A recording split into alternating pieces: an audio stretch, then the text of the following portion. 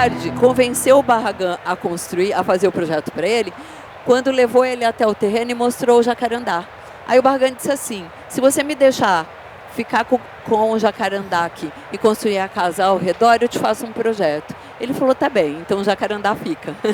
E o próprio jacarandá inspirou as cores desse lugar. É um projeto de pura poesia, a Casa Gilardi, pura poesia.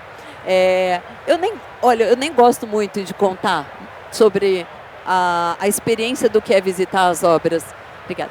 O que é visitar as obras do Barragán, porque as obras do Barragán, como ele sempre disse, elas devem ser sentidas.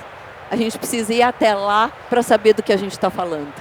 Então aqui talvez eu traga só alguns pontos e inspirações para vocês, para que talvez um dia vocês consigam visitar esses espaços e entender a emoção que é quando você abre uma janela dentro de um quarto e você vê uma luz entrando em forma de cruz, ou você abre uma janela e vê o amarelo transformando uma sala que era branca completamente.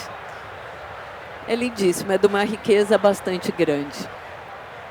E aqui também eu trago alguns pontos de algumas cores da materialidade para contar que é assim, a tinta, ela faz com que a gente transforme o lugar de uma maneira muito rápida e muito fácil, de uma forma muito democrática, sim, né, Ana? Acho que é a repaginação das mais democráticas. Das mais democráticas. E quando a gente vê que alguns materiais são mais complexos e não devem ser modificados nos espaços, a gente vê que se pode manter um piso de cerâmica, que se pode manter um piso de arenito e que tudo pode fluir de outra forma, apesar da gente não mexer com algumas partes que podem estar como eram. Né? A tinta traz isso para a gente, né? Ela traz essas possibilidades. Aqui ainda tudo são pedacinhos da Casa Gilardi. Aqui eu trago uma segunda obra do Barragán, que é a casa dele, que se você chega em frente à casa dele, você fala, isso não deve ser Barragán. Porque ela tem uma fachada extremamente discreta. Ela é toda no reboco, sem cobertura nenhuma, mas quando você entra dentro da casa, você começa a descobrir como ele cria percursos. E talvez aqui a gente tenha um raciocínio modernista do Le Corbusier, né? Dos percursos de por onde você faz com que o visitante vá por esses lugares para poder enxergar o que você quer que ele veja. O que eu vi na arquitetura do Le Corbusier, a gente vê de novo aqui no Barragán, na Casa Barragán.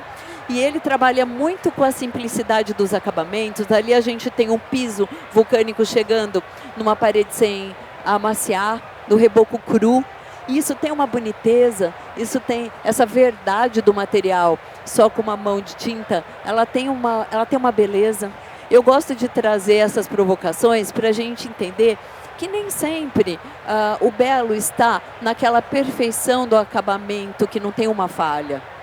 O belo está no olhar todo, o belo está na composição toda, né?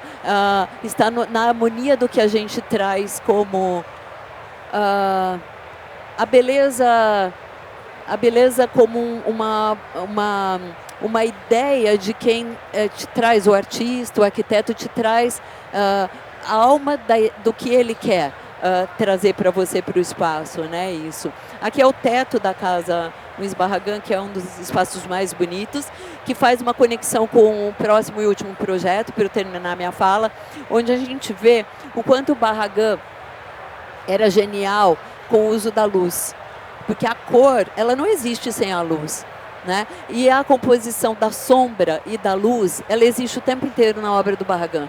A sombra, ela faz desenhos nos planos do Barragán. Ela muda a intensidade da cor e ela vai indo, ela não tem fim.